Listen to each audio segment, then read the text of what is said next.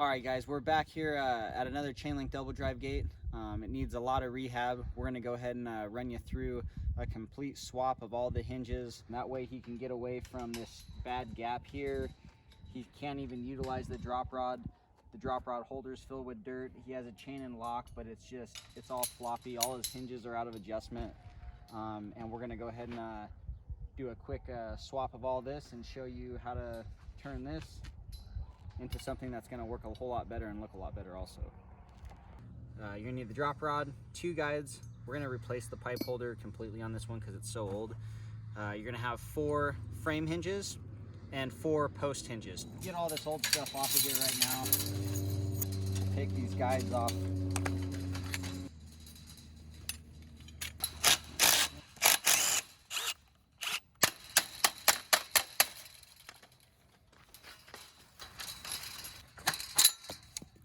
We'll just set this gate aside for the time being. And again, not every single one of these parts would be mandatory to replace, but for demonstrative purposes, we're just gonna replace everything to ensure that everything's gonna work like new. We're gonna go ahead and put our new J-bolts in. Just hand tight for now is fine. You're gonna point the bottom J-bolt upward, and you're gonna point the top J-bolt downward. If you both had them up, then the whole gate could just lift up and there's no security aspect when you do it like that. Get it centered up for now and we can fine tune it once we hang the gates. They're gonna fit tight.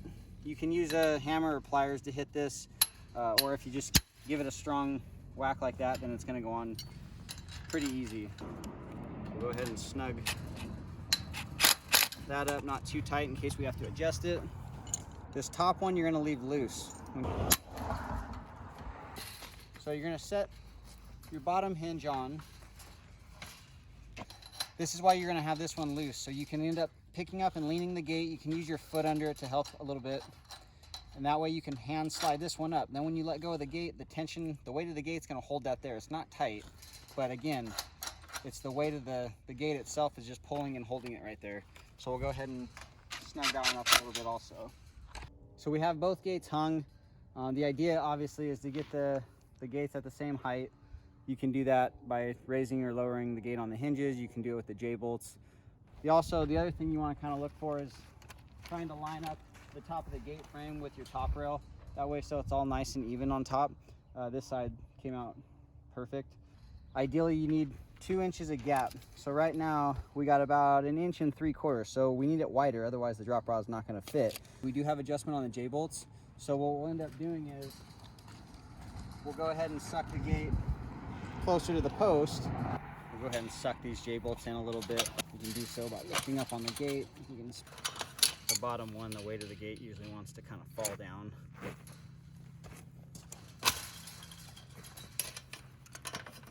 Okay, so now that we have our J-bolts adjusted, right now we have about a 2 1/8 gap. That's spot on. It's gonna work out just perfect. We'll go ahead and put the drop rod holder on now. Put this on slide it onto your actual drop rod, and then go ahead and bolt it onto the gate. Height for this bottom one, you realistically want it as low as possible, but you gotta make sure that it's not so low that when you come all the way up and you max out, that it's gonna fall out. So we'll go ahead and go kind of about where his old one was. We'll go ahead and wiggle this one out.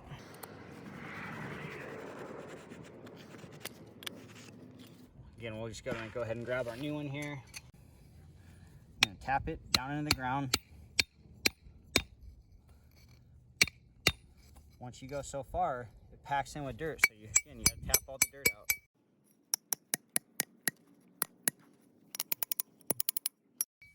All right, you can see all the way through it. We're about down to the height we want. We're still centered up, looking good. We'll give it that one last little tap.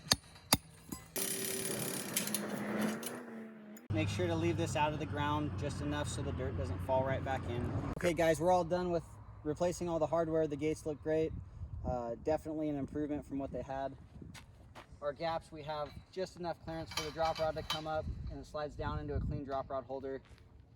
Our hinge gap is what they should be, 2 to 2.5 inches on both sides, and hopefully if you guys have a similar issue, some of this will help you guys decide or determine what you need to fix and how to do it.